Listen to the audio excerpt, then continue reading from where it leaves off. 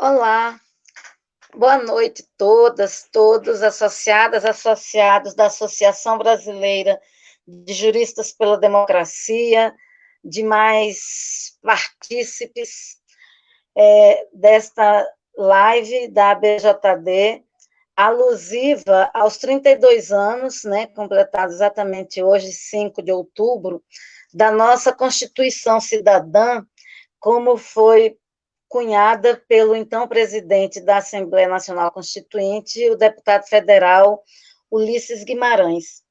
Sobre o processo constituinte, e aqui eu trago uma fala do próprio discurso histórico, não é, do deputado federal Ulisses Guimarães, quando ele dizia o seguinte: a Constituição certamente não é perfeita.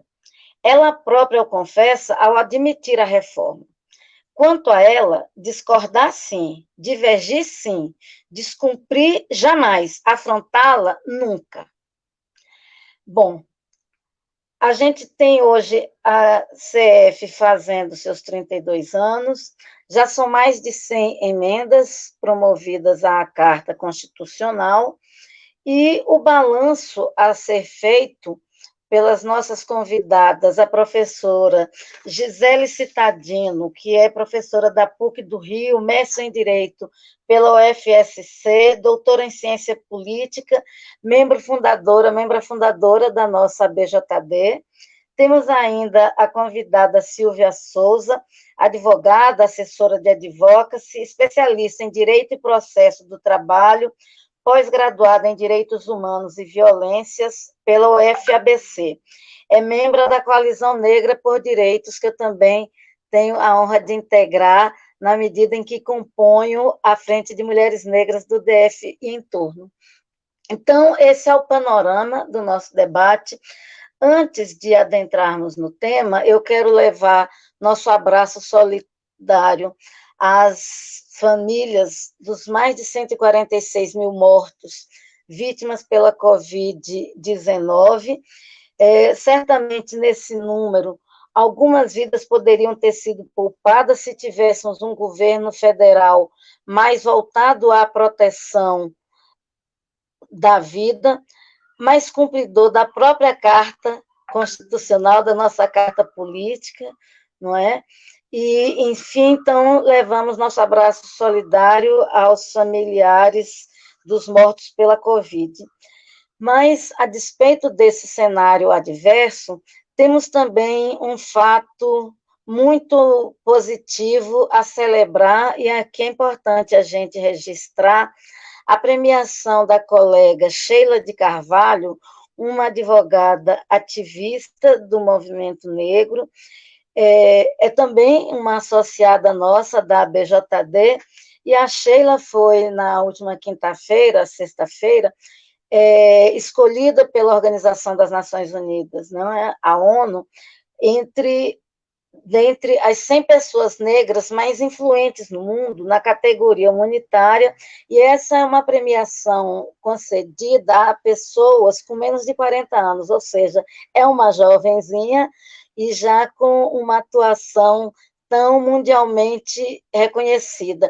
Com isso, ela compõe uma galeria de brasileiras e brasileiros como a Thais Araújo, a Djamila Ribeiro, Lázaro Ramos, e esse é um motivo de um grande orgulho para nós, do movimento negro, mas para todos nós, democratas deste país, que tem na luta contra o racismo uma das bandeiras para a efetividade, não é, dos direitos à cidadania tão solidamente inscrita na nossa Carta Constitucional. Então, com essa breve introdução, a gente inicia os trabalhos, lembrando que vocês podem participar conosco diretamente, não somente com comentários, mas com perguntas trazidas para as respostas das nossas ilustres convidadas, né, através do Facebook, da plataforma do Facebook da BJD. Então, contamos com a ativa participação de todas, todos, todes que nos acompanham em mais essa live. A nossa dinâmica é de O primeiro bloco, com 10 minutos para cada palestrante. A gente vai iniciar com a professora Gisele Cittadino. Em seguida, a gente passa a palavra para a colega Silvia Souza. Aí eu faço o primeiro bloco de perguntas, né? Uma pergunta somente para cada uma delas, e aí depois, no segundo bloco, quer dizer, o terceiro bloco, então a gente abre para essas perguntas, né, das nossos partícipes externos, e, enfim, né, agora são 19h06, então acho que eu cumpri o combinado do meu tempo de fala para essa abertura, e convido, então, para a sua primeira exposição, a professora Gisele Cittadino, pelo tempo de 10 minutos. Boa noite, em primeiro lugar, a Vera, uma alegria muito grande, Vera, reencontrá-la, e uma alegria maior ainda falar pela primeira vez junto com essa companheirona de luta, de batalha, que é a Silvia, a advogada Silvia Souza, que a última vez que eu vi falando em público, ela brilhava no plenário do Supremo Tribunal Federal. Então, bem, é um prazer muito grande estar aqui. Eu queria dar boa noite a todo mundo que está nos assistindo e dizer que hoje eu hoje de tarde, pensando sobre o nosso debate agora à noite, né, eu pensava assim, eu começo falando que hoje, os 32 anos, é uma data que a gente comemora ou é uma data que a gente lamenta, né? Hoje é dia de comemorar ou é dia de lamentar? E a resposta é muito difícil, né? Porque eu acho que a gente tem motivos para comemorar, né? Não são muitos, mas a gente tem. E a gente tem muitos motivos para lamentar. Mas eu acho que talvez o mais importante não é nem discutir se nós temos motivos para comemorar ou se temos motivos para lamentar, mas eu acho que a gente precisaria, antes de mais nada, em alguma medida, tentar entender um pouco o que é que está acontecendo quando nós somos convidados para falar sobre a Constituição de 88 e a gente tem um pouco a sensação de que nós estamos falando sobre alguma coisa que está assim meio que escorrendo pelas mãos, que a gente está perdendo, que a gente tenta segurar, que a gente tenta abraçar. É um documento pelo qual cada um de nós sabe que é importante lutar, mas, ao mesmo tempo, a gente tem essa sensação de que, se não tivermos muito cuidado, a gente vai perder. Ou, de outra maneira, a gente pensa assim, nós não estamos tendo, acho que a forma mais correta é essa, nós não estamos tendo força suficiente para defender a Constituição, como Vera lembrou muito bem, o doutor Ulisses Guimarães lembrava dela, quer dizer, se referia a ela, né, como a Constituição cidadã. Nós temos uma Constituição, mas, em alguma medida, nós estamos perdendo um compromisso com a cidadania que a nossa Constituição historicamente teve.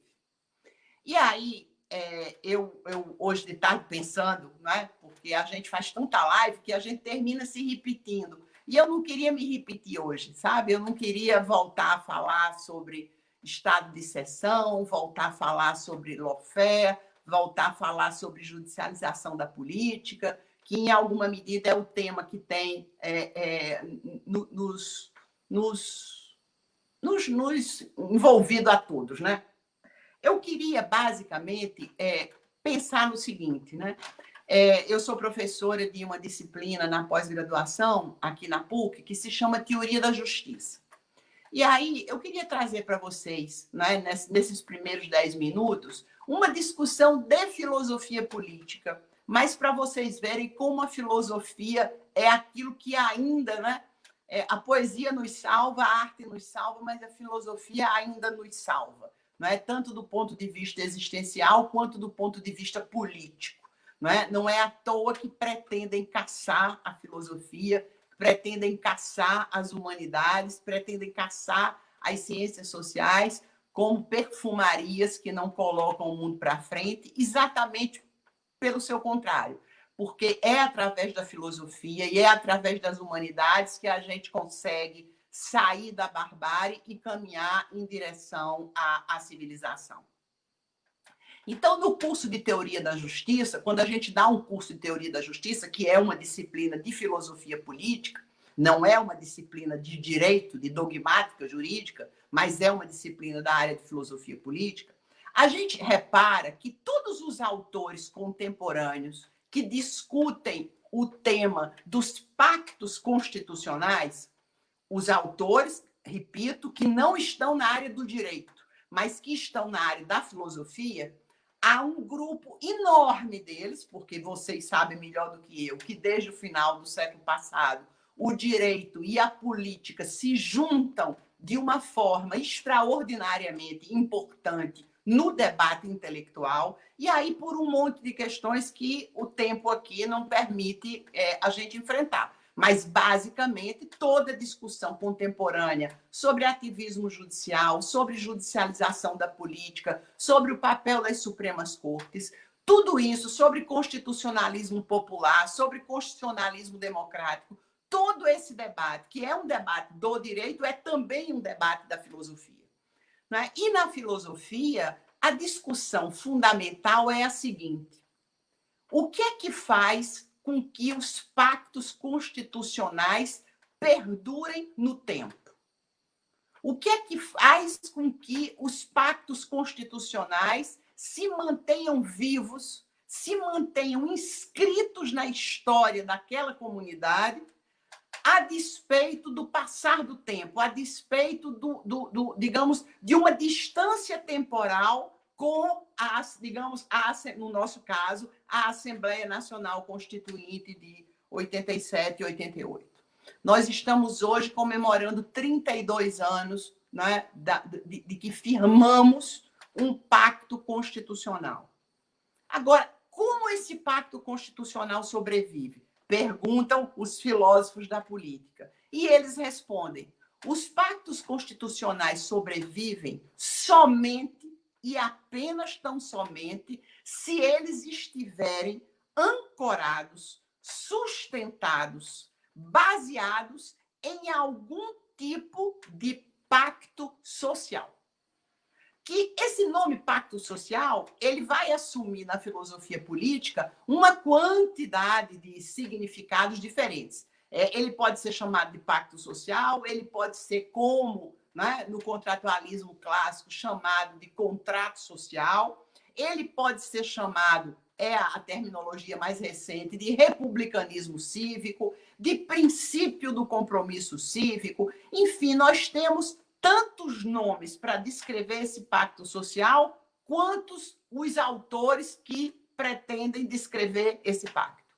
Então, eu acho que a pergunta que a gente tem que fazer nos 32 anos da Constituição Federal, nessa data, que deveria ser uma data comemorativa, e, ao contrário, é uma data em que a gente sente que está perdendo a nossa Constituição, o que a gente tem que perguntar é: em que estágio se encontra o pacto social que nós firmamos lá em 87 e 88? Será que esse pacto social ainda perdura?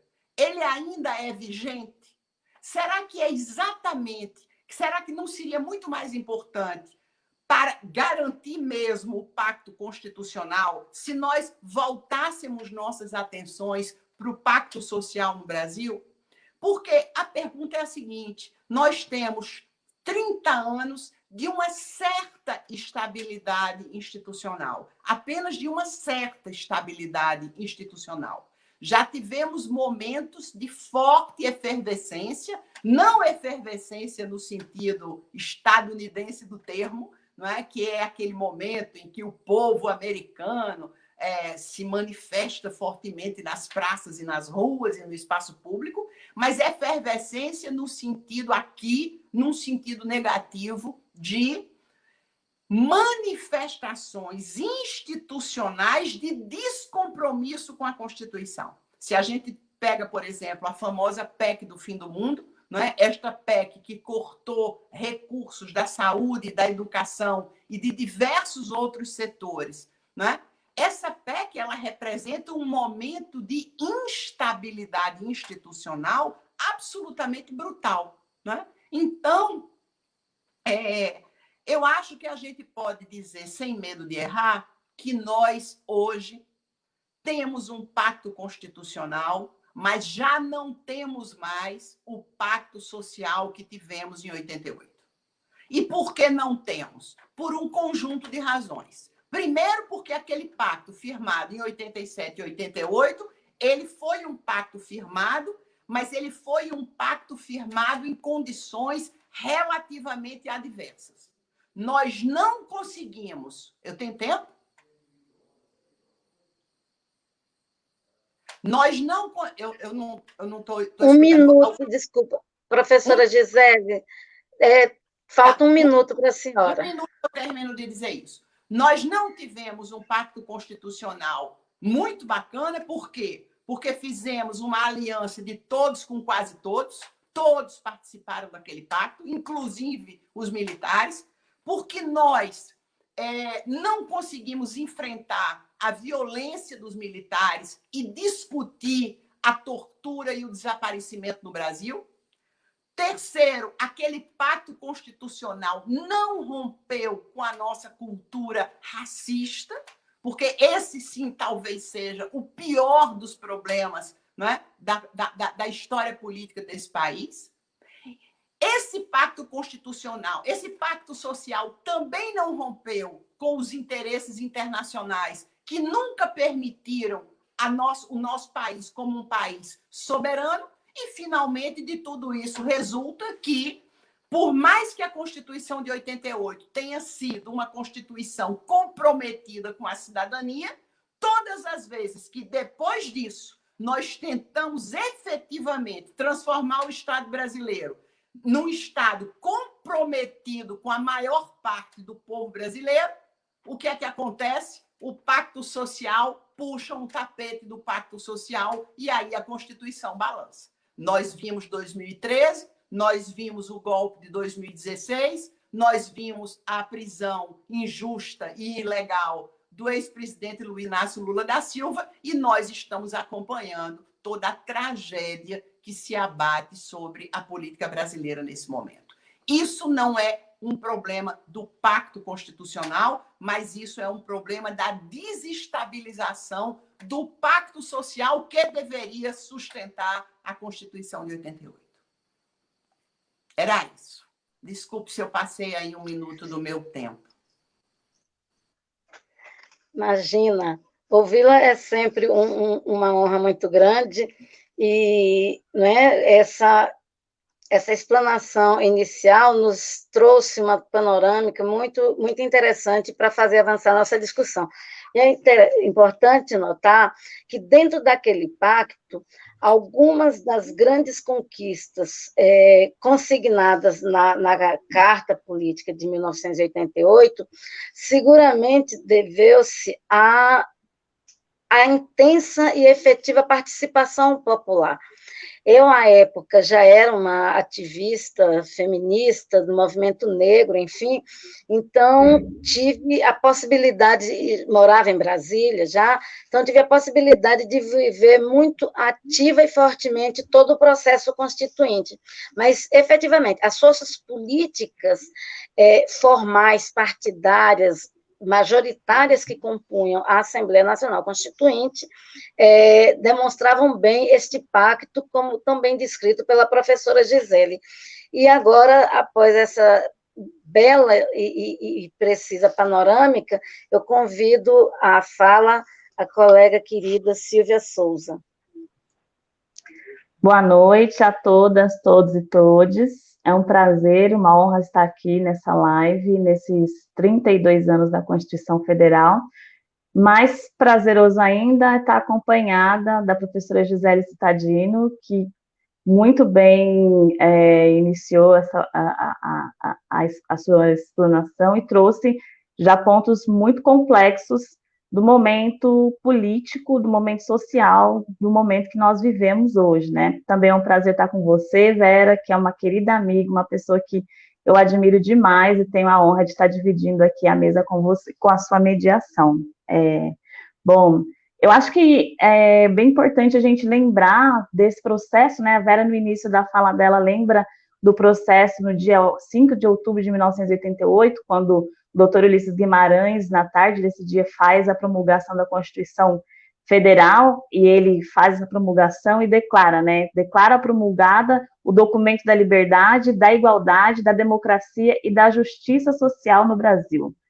E encerra essa frase dizendo, né, que Deus nos ajude que isso se cumpra. O discurso do Dr. Ulisses, ele vem carregado de apontamentos contrários à ditadura, mas também com bastante teor moral, com bastante teor cristão, com bastante teor religioso, né? Apesar da gente estar falando de uma Constituição laica, né?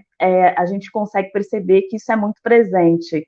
E hoje à tarde, estudando aí, dando uma olhada nos documentos daquela época, eu encontrei um folhetim publicado em maio de 1988, um folhetim chamado Centenário da Abolição. Não por acaso, em 1988, faziam 100 anos da abolição da escravatura do Brasil, e com a notícia, né, com a manchete, a causa negra na Constituinte, fazendo referência à atuação dos parlamentares negros no período da Constituinte, né?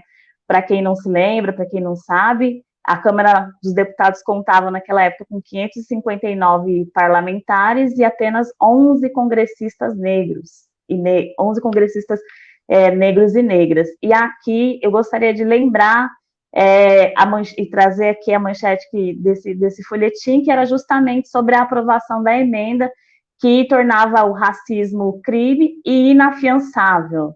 Falava do trabalho da deputada Benedita da Silva, que foi da Assembleia Constituinte, que foi a primeira senadora negra do Brasil, primeira governadora, é deputada federal, e recentemente, infelizmente, por um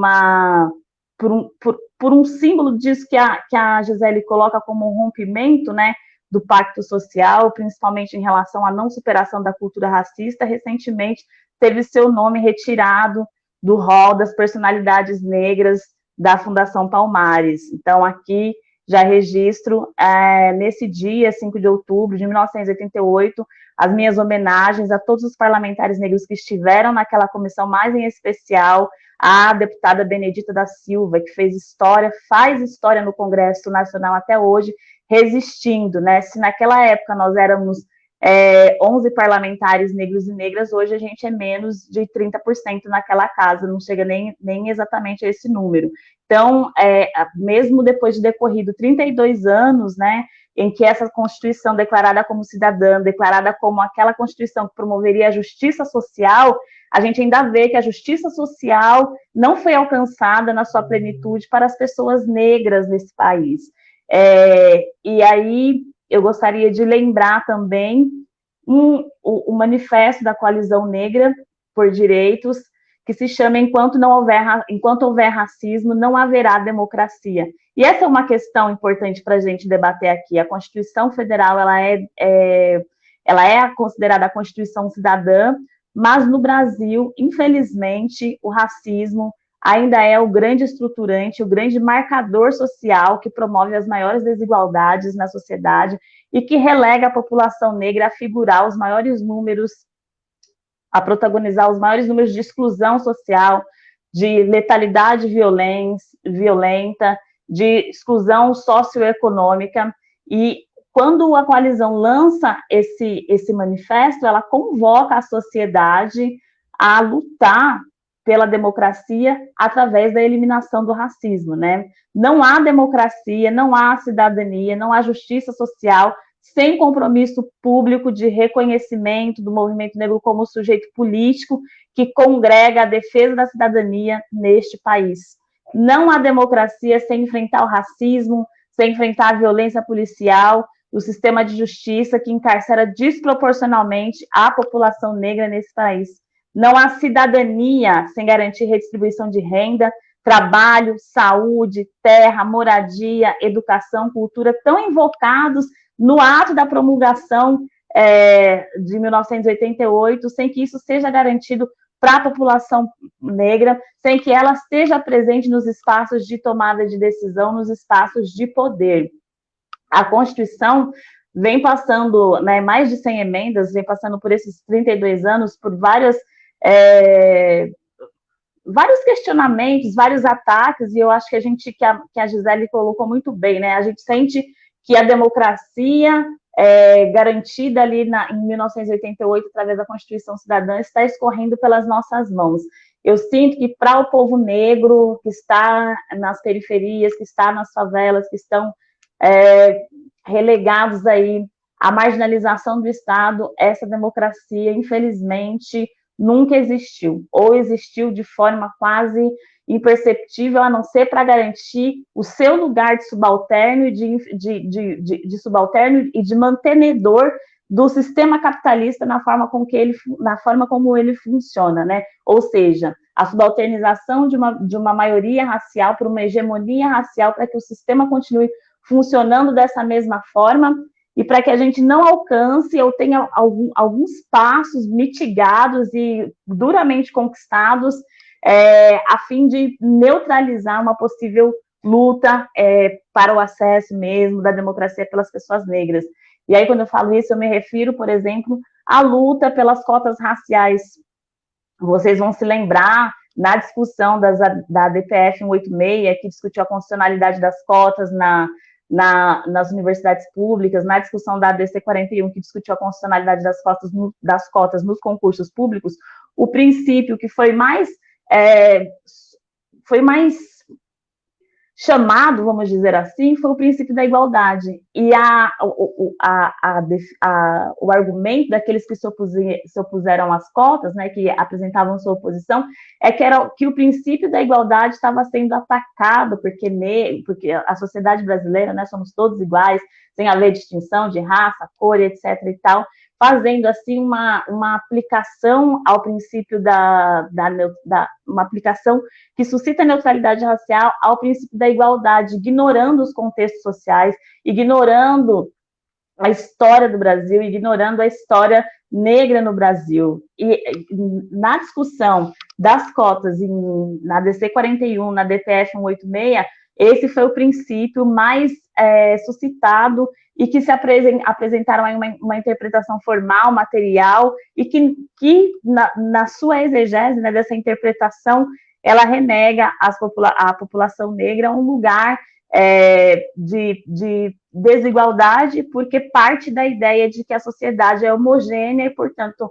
políticas generalistas que têm como calcadas políticas generalistas calcadas no universalismo dos direitos fundamentais seriam suficientes para eliminar e dirimir as desigualdades que existem na sociedade, partindo da ideia que essas desigualdades seriam apenas materiais, não teriam um fundamento muito mais profundo, muito mais difícil de lidar e que a gente precisa enfrentar há muito tempo e já enfrentamos há séculos, que é o racismo, que estrutura a sociedade brasileira, né? A professora Gisele falou que o Pacto Constitucional ele não rompeu com a cultura racista e hoje a gente vive uma desestabilização que deveria sustentar a gente vive uma desestabilização do Pacto Social que deveria sustentar a Constituição de 88. Eu tenho para mim que a gente já desestabilizou e já rompeu com esse Pacto Social há algum tempo, só que de uma maneira que ficou imersa, ficou encoberta pelos arranjos que a democracia, ou que a dita democracia do sistema, principalmente do sistema legislativo e no judiciário também, os arranjos que foram possíveis fazer, que cobrem esse rompimento que já aconteceu, né? Eu acho que a gente atravessa um período, um contexto político extremamente difícil, extremamente acirrado, mas em que a segurança jurídica, por exemplo, ela é absolutamente vulnerabilizada e o tempo todo constantemente atacada. Haja vista os inúmeros decretos editados, decretos e medidas provisórias editados e que invadiam a competência do Poder Legislativo, por exemplo, no passado, em relação às medidas provisórias e decretos que tratavam sobre porte e posse de arma, e quando atacados no STF, foram revogados e houve uma manobra jurídica envolvendo o legislativo. Tá bom, Vera, já entendi. Houve uma manobra jurídica envolvendo o legislativo que retirou, que fez com que as ações naquela época fossem retiradas de pauta, ou seja, a segurança jurídica do nosso país, na legislação, né, do nosso país, ela já está vulnerável há muito tempo. E, infelizmente, a depender de quem está no poder, ela só funciona por conveniência, né? Assim como a defesa do discurso da Constituição também acontece em muitos setores, principalmente setores políticos, a depender da conveniência. É claro que a gente tem muito que também comemorar, sim, porque a gente saiu de um período, né, em 1980, saímos de um período de ditadura militar, enfim, um período de opressão, e entramos numa democracia, em tese, mas na minha análise, na minha perspectiva, a grande maioria da população brasileira ainda não experienciou, não experimentou o gozo em toda a sua plenitude, em todas as suas dimensões da democracia. Obrigada, Vera. Obrigadíssima a você, doutora Silvia Souza, né? Traz aspectos muito densos e muito caros, como também já tinha sido apontado pela professora Gisele Cittadino, no tocante à essência, né, do racismo nessas bases estruturais em que se assenta o país, e é sempre bom lembrar que a escravidão no Brasil foi uma política de Estado e a reiteração do racismo e das desigualdades raciais foi, certamente, acho que até o marco, né, esse marco constitucional de 88, também uma política de Estado. Né? Não nos esqueçamos que até a década de 50, o Brasil promovia, por exemplo, em documentos internacionais, em trocas de correspondências com o mundo, toda uma ideologia de embranquecimento, de negação do racismo e de desqualificação, inclusive, não é? Da negritude que nos marca como composição do povo deste país. Dentre as reformas, e aí, dentro desse bloco, e a gente aguarda, né, que para o próximo bloco tenhamos uma forte participação dos ouvintes, das ouvintes que nos acompanham nessa live, né? Lembrando que vocês podem fazer as perguntas diretamente pela nossa página BJD no Facebook, mas nesse momento, para a gente dinamizar um pouco o diálogo, eu provocaria a professora Gisele a nos ajudar a refletir um pouco sobre o seguinte aspecto. Dentre as mais de 100 emendas, né, já feitas à Constituição Federal, eu gostaria de aqui destacar, até por sermos um ajuntamento, não é? Né, baseado na formação jurídica, né, que nos aproxima, a emenda constitucional 45, né, que é aquela reforma do Poder Judiciário. Então, pensar a EC 45 e o pacto social firmado quando da elaboração da própria Carta Constitucional e o funcionamento do Supremo Tribunal hoje como guardião da Constituição Federal. No entanto, nesse esvair que a gente percebe, não é, da marcação constitucional nos seus termos originários, como é que você nos auxiliaria a pensar um pouco, digamos assim, essa triangulação? O pacto, né, da convocação constituinte, dentro daquele ambiente de fim da ditadura militar, a reforma, não é, da EC 45 e o funcionamento hoje, esse ativismo de hoje do Supremo Tribunal Federal, do Poder Judiciário, mas marcadamente pelo Supremo Tribunal Federal. Com 5 minutos, e aí depois a gente traz para o debate também a professora Silvia.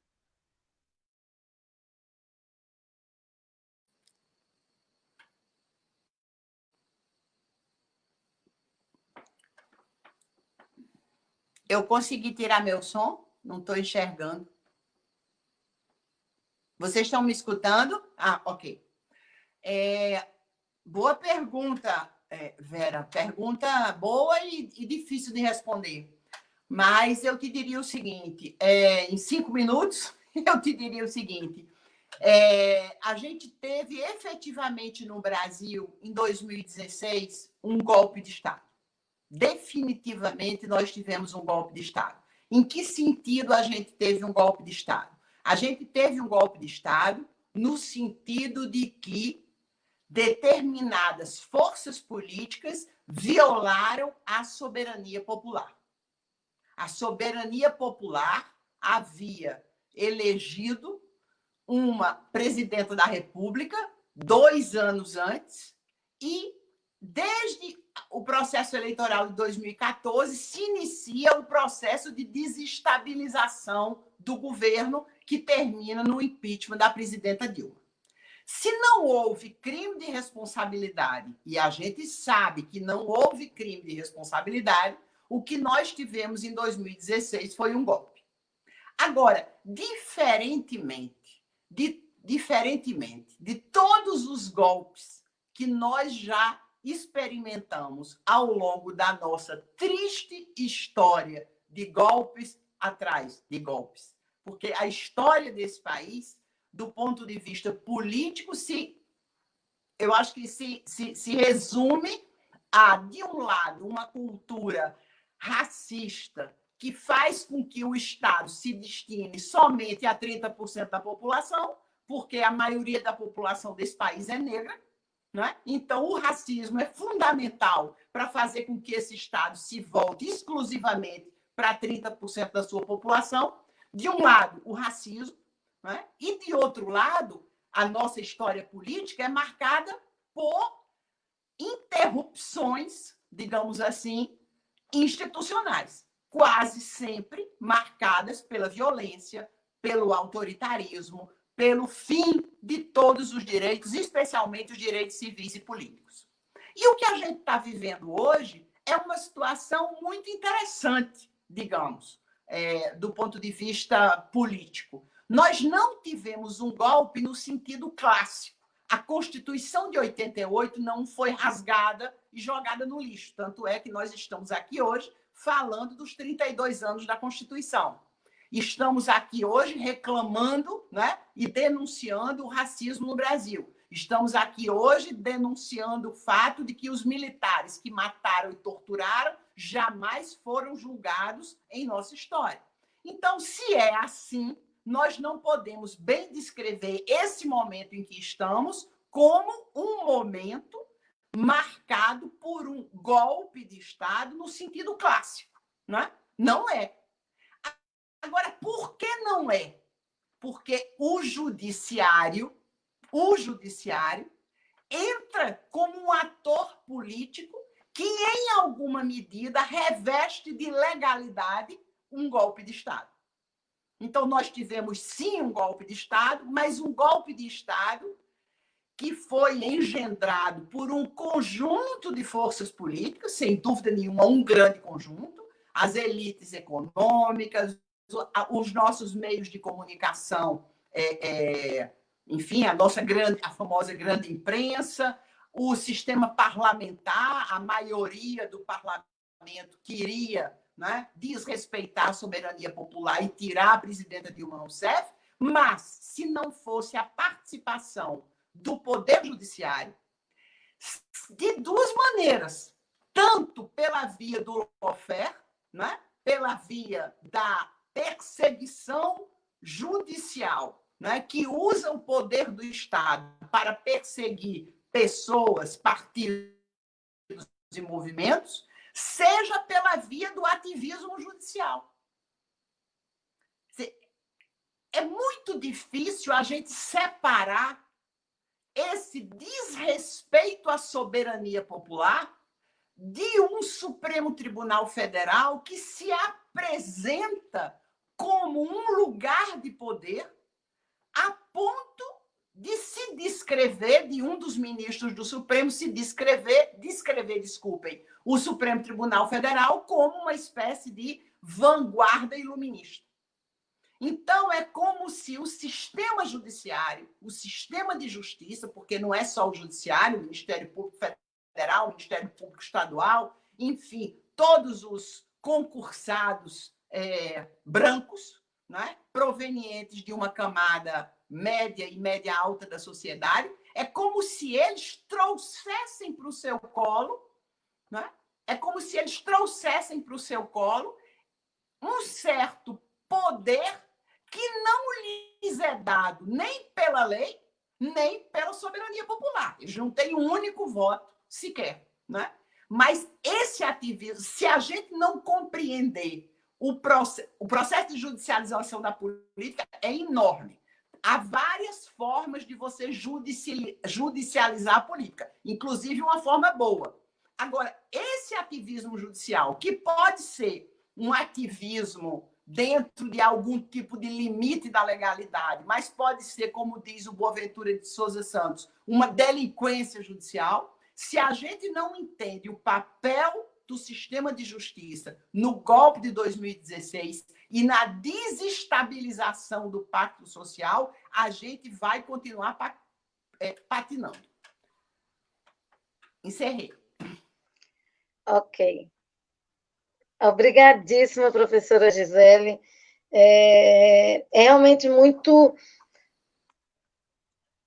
paradoxal, inclusive, que esse ativismo judicial, ele, em alguns momentos, entra lastreando, consolidando as artimanhas da política, né, dessa correlação de forças negadoras, forças realmente negadoras da plenitude, da efetividade da própria Carta Constitucional, da cidadania para o conjunto, né, da população brasileira, como você bem colocou, relativamente à exclusão, né, né, do povo negro neste país, e engatando já, né, a partir de sua elucidação um pouco dessas complexas relações, eu queria trazer para doutora Silvia, e aguardando que depois, no próximo bloco, façamos as perguntas que venham dos ouvintes que nos acompanham, queria te provocar um pouco, Silvia, com o seguinte, no campo das conquistas relativas à busca da igualdade racial de maneira substantiva, material, é fato que o Poder Judiciário tem sido, digamos assim, um cumpridor, efetivamente, como tem que ser para tudo, né? Mas, como bem coloca a professora Gisele, não tem sido sempre, mas relativamente às questões raciais, das desigualdades raciais, o Poder Judiciário, especialmente a partir do Supremo Tribunal Federal, vem alavancando algumas conquistas, vem assegurando algumas conquistas a partir de iniciativas legislativas, né, com forte intervenção do movimento negro aí nesses processos. Ao mesmo tempo, o mesmo Poder Judiciário, quando a gente pensa o genocídio que o Estado brasileiro pratica, e é importante sempre trazer que este genocídio foi reconhecido já pelo Estado brasileiro por meio de duas CPIs, uma CPI no Senado e uma CPI na Câmara dos Deputados, que reconhece uma situação de genocídio contra o povo negro, particularmente contra a juventude negra.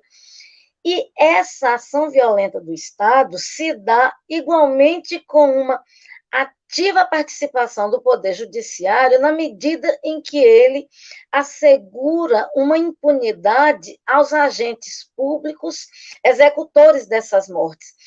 Então, como é que você dialoga com esse funcionamento, não é, tão destoante do mesmo Poder Judiciário, de um lado, como uma alavanca de um processo genocida, e de outro, como uma ferramenta garantidora de exercício de direitos e de inclusão da população negra. 5 minutos. Vera, eu acho que você, na sua pergunta, já trouxe um elemento bem importante, né? Eu considero que as decisões que tiveram maior repercussão para a população negra em relação à garantia de direitos, à garantia fundamentais, foi justamente a declaração de constitucionalidade das cotas, das leis de cotas, tanto nos concursos públicos quanto nas universidades. E essas declarações vieram do Supremo Tribunal Federal, e a gente estava num contexto político também diferente, com uma formação política que vinha de uma ala ali, considero que um pouco mais progressista, e um contexto social mesmo diferente, teve uma atuação muito forte, né, do movimento negro, da sociedade, e aquilo que saía do Supremo Tribunal Federal ia repercutir, justamente porque as sessões são transmitidas, as decisões do Supremo Tribunal, a partir do momento que as sessões passaram a ser transmitidas pela TV Justiça, as decisões passaram a ser mais elaboradas, mais extensas, inclusive tem uma pesquisa sobre a transmissão das sessões do Supremo Tribunal Federal pela televisão, que demonstra isso, né? Uma pesquisa de um pesquisador da USP, infelizmente agora eu não consigo me lembrar o nome. E o que acontece em relação, né, na contraposição, o que a gente tem do genocídio da juventude negra, que já foi suficientemente, tanto na CPI que você falou, né, a CPI de 2015, no Congresso Nacional, que reconheceu o genocídio da juventude negra, documentos da ONU, documentos da OEA, milhares de denúncias que nós já fizemos, e que é legitimada pelo Estado, esses casos, que são milhares, são milhões, eles estão ali nas mãos, nas varas, enfim, nas mãos de magistrados que vêm dessa composição de um judiciário majoritariamente branco, de uma elite social brasileira branca, que é estruturada e, portanto, também é estruturante das pessoas no racismo. E são decisões, né, que são inúmeras as decisões, mas que, em decorrência da naturalização do racismo, do apagamento, da negação do racismo, não ganham repercussão. Pelo contrário, a gente tem uma cultura racista e uma cultura punitivista em que a primeira questão que se faz quando um jovem negro morre, um jovem negro entre 15 e 29 anos morre, a pergunta será que ele era bandido? E aí essa pergunta ela vem trazendo subliminarmente a ideia de justificativa da morte, né? Se ele era bandido, enfim, então tudo bem. E os programas de televisão, a grande mídia, os programas, né, que a gente popularmente chama de pinga-sangue, eles veiculam essa imagem sistematicamente no horário nobre do jovem negro, bandido, do ladrão, enfim, vendendo. É um arsenal de problemas aqui que articulados, né, são complexos e que articulados façam que a gente chegue nesse ponto. Mas tem essa grande função da mídia que veicula de forma violenta e de forma a justificar, né? Ou seja, o programa, por exemplo, um programa como Cidade Alerta, não sei, em São Paulo se chama Cidade Alerta, ele vai já praticamente durante o programa fazer um tribunal, né? Se vocês assistirem o programa, vocês vão ver que o familiar se entrevistado, ou a vítima se entrevistado, ou o próprio autor se entrevistado pelo repórter, ele já recebe ali acusações, por que você fez isso, enfim, o próprio programa se torna um tribunal, né? E corrobora com essa grande mão do Estado legitimando as mortes, né? Se os jovens negros hoje estão aí morrendo aos milhares, e a gente viu o aumento disso na pandemia, que a gente tem inúmeros fatores aliados a isso, e são fatores complexos e que são fatores que precisam ser socialmente discutidos, né? A mão do Estado, a mão do judiciário, majoritariamente branco. O último censo realizado pelo CNJ demonstrou que só 14% do judiciário é composto por pessoas negras, né? Ou seja, pretos e pardos, e a esse número somam-se também os indígenas. E majoritariamente são homens brancos e cristãos. Se a gente for olhar para os dados do último censo demográfico do judiciário, realizado pelo CNJ, a realidade é essa. fundada substancialmente no ideal punitivista, que legitima mesmo e que trabalha dessa forma, fazendo com que esses assassinatos fiquem impunes. E aí eu só quero trazer aqui como exemplo e lembrar uma situação que a gente está vivendo atualmente em São Paulo, né? Ano passado a gente teve tramitando no Congresso o projeto de lei que se tornou na lei anticrime, né, conhecida popularmente como lei anticrime, e na lei, no artigo 3º da lei, fez uma alteração no Código de Processo Penal e no Código Penal Militar, que facultava ao policial investigado por envolvimento em morte, facultava ele a apresentação de advogado no curso do inquérito policial. Um decreto... doutora Silvia, já estou concluindo já. Um decreto editado, né, uma interpretação restritiva dada a essa norma, fez com que o governo de São Paulo editasse um decreto agora, no início do ano, suspendendo, que aliado a uma portaria também editada pela Polícia Militar, suspendeu todos os inquéritos policiais em que há policiais, há agentes de segurança, na verdade, envolvidos em sendo investigados por morte, suspendeu se no prazo de 4 dias da abertura do inquérito policial não fosse apresentado um advogado público ou privado. Então, a gente tem o Estado no judiciário, mas também no legislativo, constantemente agindo de forma racista, legitimando essas mortes, né? E é um problema realmente muito complexo que a gente precisa enfrentar e que nós já estamos enfrentando há muitos anos. Obrigada, doutora Silvia. Bem, a gente vai ter que correr muito agora contra o tempo, e eu quero, então, nessa economia do tempo, fazer a mesma provocação às nossas duas brilhantes convidadas, que é o seguinte: bom, 32 anos de uma carta que foi o pacto possível naquele momento, e esse pacto hoje se mostra mais enfraquecido, não é? A sustentação da própria vigência e efetividade da carta, considerando todo esse processo tão bem elucidado pela doutora Gisele, não é? Relativamente ao golpe de 2016, enfim. Como vocês veem o futuro dessa nossa Constituição, de forma que ela não siga sendo afrontada, como o doutor Ulisses tão firmemente, não é, conclamou de que ela não poderia ser afrontada jamais. Então, para concluir, a gente vai ter agora somente 3 minutos para cada. Qual o futuro da Carta Cidadã, da Constituição Cidadã? Professora Gisele, com a palavra.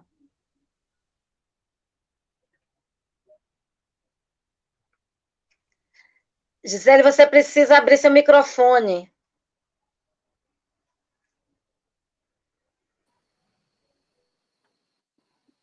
Consegui.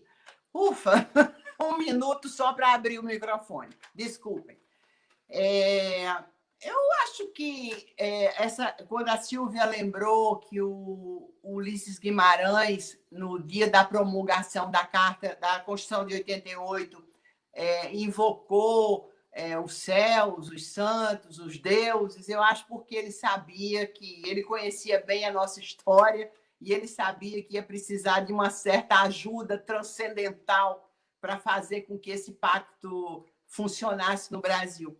Eu acho que o que a gente precisa fazer é aquilo que a gente está fazendo, Vera e Silvio, aquilo que a gente está fazendo todo dia, aquilo que a gente está fazendo hoje e aquilo que a gente vai continuar fazendo, porque não nos resta outra coisa a fazer senão isso. É lutar, não é? Lutar por uma sociedade mais inclusiva, é lutar e denunciar e não ter medo de falar, porque pelo menos isso o Supremo Tribunal Federal ainda nos garante, né? Eles se dizem muito liberais e nos garantem direitos civis. Tem muito medo de serem reconhecidos como aqueles que violam o direito de expressão, o direito de reunião, e ficam aí muito preocupados com essas liberdades civis. Isso, pelo menos, nos dá a garantia de que a gente ainda pode falar, ainda pode usar o espaço público para denunciar aquilo que a gente identifica como uma injustiça.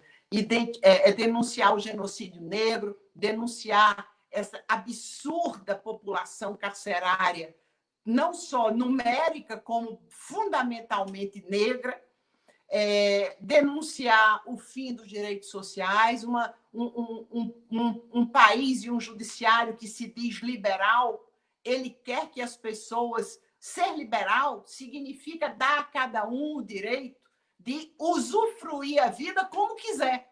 Como é que alguém pode usufruir a vida se não tem acesso à saúde, se não tem acesso à educação, se não tem acesso a nenhum tipo de política social? Então, esse liberalismo é da boca para fora.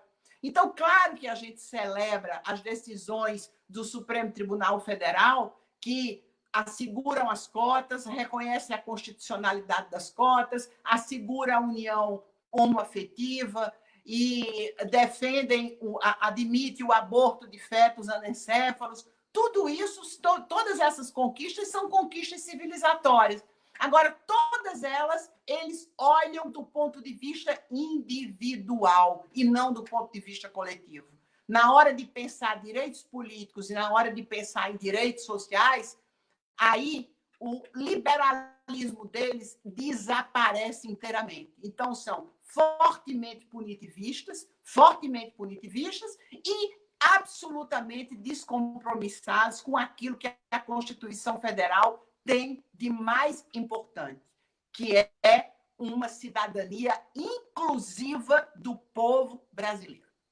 E é a favor disso que a gente precisa continuar a lutar, nesse estado de exceção que temos hoje, mas que ainda nos assegura esse direito de falar e de lutar e de ocupar o espaço público em defesa da nossa Constituição. Obrigada, gente. Obrigadíssima, professora. Por favor, doutora Silvia, 3 minutinhos. Olha, eu vou na mesma linha da professora Gisele, né? Eu acho que a gente vem resistindo e lutando há tanto tempo, há séculos, na verdade, e o que nos resta agora é isso, né? O preço da liberdade é a eterna vigilância, como disse um pensador. O que nos resta é seguir em frente, lutando e estando muito atento também às manobras políticas, às manobras de atentatórias mesmo contra o sistema legislativo, né? E as próprias manobras que surgem lá dentro do Congresso Nacional, a fim de mudar substancialmente a essência da Constituição Federal, né? A professora Gisele falou na sua primeira fala sobre a PEC do fim do mundo, e eu quero lembrar sobre a PEC que mexe num direito essencial, que é o da presunção de inocência, que é o do devido processo legal, que é a PEC 199, e que tenta aí derrubar por um processo absolutamente por meio de PEC, mas um processo absolutamente, ao meu ver, inconstitucional, uma decisão que já foi firmada no Supremo Tribunal Federal no final do ano passado, e que trata da essencialidade de cláusula pétrea, trata da identidade da Constituição Federal. Veja que a professora Gisele disse, né, a nossa Constituição não foi rasgada, mas ela é atacada de uma forma que, mudando a sua essência, mudando a sua gênese, ela não precisa ser rasgada, ela vai ser transmutada totalmente.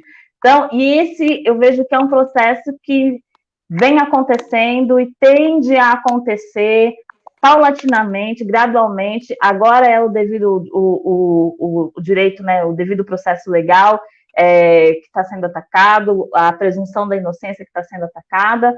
Daqui a alguns dias serão outros direitos que serão atacados, outros princípios que serão atacados por meio de PEC, de proposta de emenda constitucional, que vai tramitar nas casas dentro do Congresso Nacional, que vai ser aprovado, que vai ser sancionado, enfim.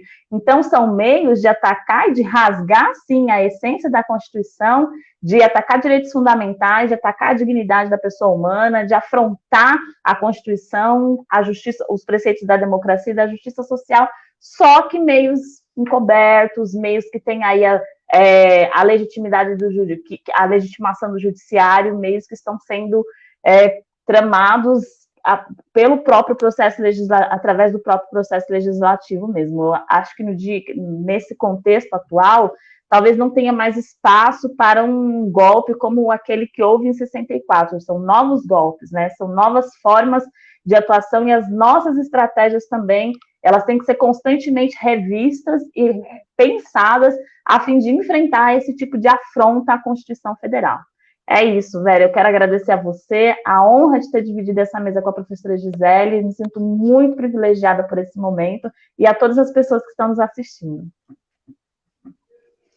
Nossa, estou encantada, porque, né, como eu disse, tendo vivido muito ativamente o processo constituinte, né, continuo uma ativista, vivendo esse desmonte, e só para, né, arrematar, quando a professora Gisele falava do distanciamento, por exemplo, do Supremo Tribunal Federal, no que tange algumas questões de interesse coletivo, enfim, a semana passada, aquela decisão do Supremo relativamente a um crescendo no processo de privatização da Petrobras, é mais um sinal inequívoco de que aquele grande pacto, não é? Ele é hoje marcadamente conduzido por forças descompromissadas com um Estado soberano, né? E a Petrobras, indiscutivelmente, é uma empresa essencial à plenitude do exercício da nossa soberania,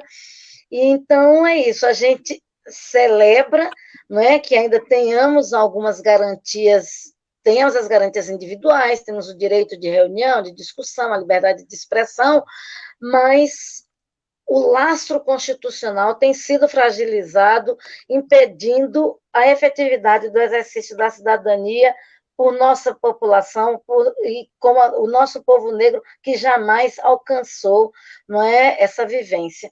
Então, com isso, eu agradeço mais uma vez muitíssimo a generosidade de vocês para esse diálogo, e certamente continuaremos a nos encontrar nas várias trincheiras de lutas democráticas e de defesa da efetividade da Carta, que deveria ser cidadã para todos e todas e todes. Obrigada a todas as pessoas que nos acompanharam nesse diálogo. Boa noite e uma boa semana para a gente. Até. Boa tchau, semana. gente. Obrigada. Tchau, tchau. Tchau, obrigadíssimo.